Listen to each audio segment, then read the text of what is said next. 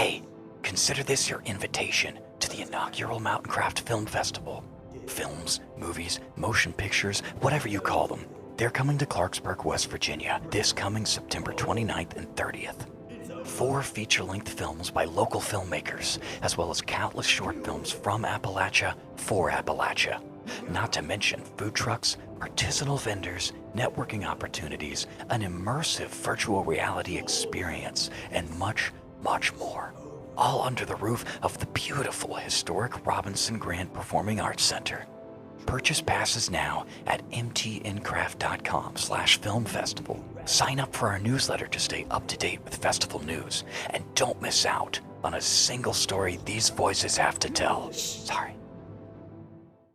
Howdy everybody, this is JR from West Virginia and Commonplace, and today let's talk about real quick the Nebula Mars 3. Built to roam far, even to Mars, the world's first truly outdoor projector. Now let's get into a little bit of details about this projector. This projector can do a 200-inch screen anywhere you want it. You can take this anywhere you want to. Also, it has adjustable controls built into the handle. Now don't stop there, you can use it as a Bluetooth speaker, and it has a 40-watt Dolby audio. It also has a built-in power bank of 185 watts. Now, this device has keystone correction, autofocus, screen fit, intelligent environment adaptation, 1,000 ANSI lumens, so you know that you're going to be able to see it pretty good in the dark. It has AI image adjust, auto bright display, water resistant, drop resistant, dust resistant, and here's the great amazing thing that goes along with this: for $1. You can reserve $200 off of the Mars 3, and on July 10th you'll receive an email with a discount code, and they have 13 days to use this. Purchases must be made on cnebula.com or on Amazon, and last bit, a $1 coupon cannot be refunded. WV Uncommon Place. This podcast is a variety podcast that houses numerous series to cover mental health, empowerment, podcast framework, and various intimate theories to get to know the hosts, along with occasional movies reviews and dives in pop culture with our event podcast episodes.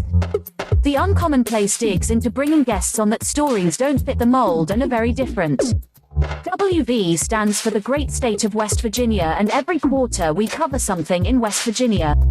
Stacey and myself, JR, are your hosts, so please come along for this venture to Uncommon Place.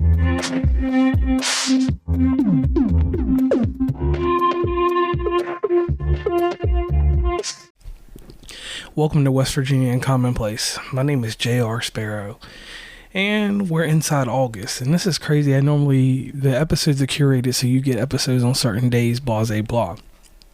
Well, I want to throw a quick thank you out there to Cap Show for allowing me to be on their show and talk about listener migration, and I want to thank every single person that has come out, has talked to me, has either entered into business or has consulted with me to do other type of business outside of podcasting. This was one of the crowning moments for me inside podcasting, because I have strived so much to not be an authority in anything, but just to have my notable thoughts on certain things to be acknowledged by people that I consider to be upper echelon in certain areas of podcasting. Now, when I say upper echelon of podcasting, this is what I'm saying about Deidre and the people over at Cap Show. They created a service that is, pretty much revolutionizing podcasting in a degree, has made clones, has made other people come up in fashions that are great and amazing. But one thing I've got to do here is I do have to give myself a bit of due diligence here, because this all started from something real simple. This all started, and it actually started out as a hobby for a lot of people. I know I always give the take of, oh no, monetize your podcast, this and that. But I want to switch my stance up a little bit and tell you the part about the hobbyist. The hobbyist in me loved the idea of interviewing other people and getting certain takes on things that I felt that I should be involved with, or that were involved with me. The further I got into podcasting, the more and more, and we're not talking about the money, we're just talking about the interest groups and the different people that actually listen to your show and get value from it, that actually enjoy your content. That furthered me more And I knew that I was business savvy because of just what I've done in life and the other ventures I went in on. At first, podcasting was supposed to take off my portable cinema business.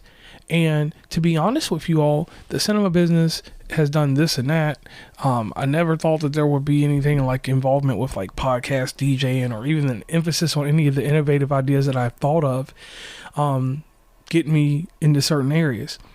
But with everything that's great, let's talk about a heartache though.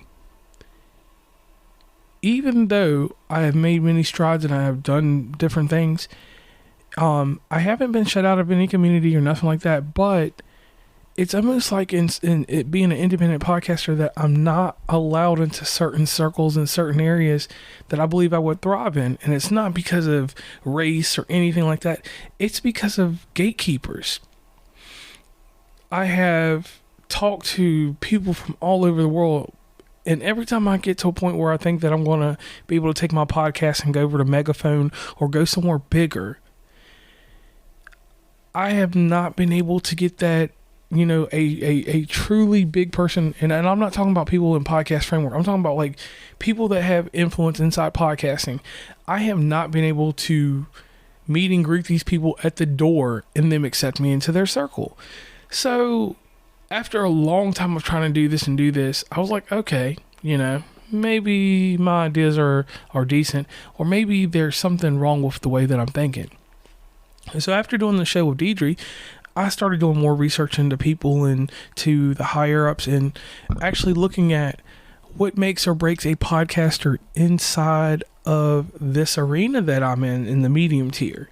And when I say medium tier, I want to describe this very clearly. The medium tier of podcasting is very simple. It's podcasters that are making an income with their podcast. And when I say an income, I'm talking about an income like this. My equipment has been paid for through podcasting. Other ventures I've been on have paid for themselves. The first major deal that I had to think of, though, was when I went to Podfest this year. I really needed to see, you know, now we're talking, it's August now from January. The contacts and the money that I spent to go and what's gone on thus far this year with podcasting, that was a great investment going there. Because the atmosphere at first, I know that I was kind of iffy about it, but the atmosphere there, so shout out to Alex Sanfilippo, Chris Cremenso, sorry if I butchered your last name, shout out to them for holding that, and I will definitely be at the 10th anniversary. But here's the thing though, like, after leaving there, all of the contacts and the different people I've met and the different ways of thinking, I took some of those things and I assimilated some things into what I do. One major thing that is a difference in our show now than it used to be, I used to put out so much content. Used to put out 8 to 12 shows a month, and we scaled it back to 4. And I throw in an extra episode here and there just to tailor to certain things that go on, or something that's very, something that's engaging that we need to talk about. So the next bit of business, since we talked about that, what we're going to be going deeper into listener migration. I'm going to keep going forward with that. Eventually I'll be speaking on someone's platform about listener migration. I'm going to just keep doing that until I get to where I want to be. But I will say this thus far, I am very happy with my position in podcasting, because I never did this for the money. I never did this even for the respect, because I'm respected in the community where I'm from and I'm respected in what I do in life. I did this I'm doing this because at the end of the day, like, it makes me feel good when I can bring some kind of information or advice to someone, or someone can relay or convey a message through my platform to help other people. That's the whole goal there. So that's why we're bringing back the interviews of September 21st, my first one. It will be amazing, and I'll have some more that'll be going on because I will be recording a little bit more. So here's the next bit. We've got this weekend Huntington Comic-Con come up, and this is year 4, I believe, of Stacy and I going. So we will have an amazing show for that. We will definitely be doing that over on the sister show of Sparrow's Under Review, to talk and get like a little bit of information about here and there and this and that going on there. So I guess in closing, you know what? Let's not go into closing. Let's go into some more detail on some stuff. this amazing thing that I want to speak on real quick about this listener migration thing is we're starting a Snapchat, a Facebook group for Snapchat to help people get aligned with this and to help people with podcast discoverability and true listener migration. I want you to be able to actually know where your listeners have your listeners come from a social media app and come directly to you, and you be able to keep up with them, and not this smoke and mirror deal that goes on that doesn't get explained, because you pay all these podcast gurus all this money, but none of them can give you that same song and dance of the true listener migration, like how those listeners come from TikTok to where I'm going. On that interview I did with Deidre on Grow My Show, I give you my simple call to action of actually asking your audience. If you ask your audience and you're not very pushy with it, people will respond, because people enjoy podcasting as a form of informative information and a form of communication or a dialogue that they are getting coming one way. And some people want to have that conversation back. Now, not everybody wants to, so that's one thing that you have to watch for. But what I'm telling you here is this amazing thing. When you're out here podcasting and you deliver the content that you believe the audience you're seeking or should be listening to your show gets, those people want to respond to you. Now, that right there is the hardest thing you have to do inside podcasting. Now, anything else, that's to each his own. You figure it out on your own. That's the hardest thing in podcasting is trial and error, lessons learned, mistakes made. When you do those type of things and allow that to happen and don't get bitter over those things, you take every lick on the chin and everything else in good strides, it always comes back tenfold. And it may not be today, it may not be tomorrow, because what I was doing in 2020 to what I'm doing now, it's light years difference. It's so different that when I go back and listen to old episodes, I'm like, wow, I was this type of person then. I was interviewing this way. Why wasn't I interviewing the way I'm interviewing now? Because it's just growth. Growth is a key thing inside podcasting. So, like always, I am JR from West Virginia and Commonplace, and this is just a little quick bit that I'm going to throw in here inside of August, right before we head out to Huntington Comic-Con, Stacy and I, and other adventures that we will be going on, and ventures will be going on also. So, do me a favor. If you like the show, like and subscribe, download, do whatever you have to listen to the show. If you listen to it on your Xbox, PlayStation, wherever you listen, keep listening, and please let us know. We want to acknowledge you. I want to know the fans. If you leave a review, that's helping us. If you leave a comment, you put something in email at wvuncommonplace@gmail.com, I'm going to respond to you.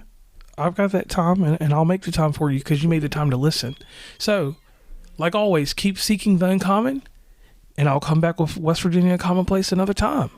Please follow WV Uncommonplace on Instagram, Tumblr, Twitter, TikTok, where we have some great content, Facebook, LinkedIn.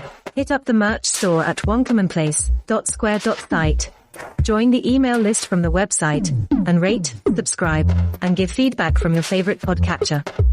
And lastly, thanks for listening, and tune into the next episode.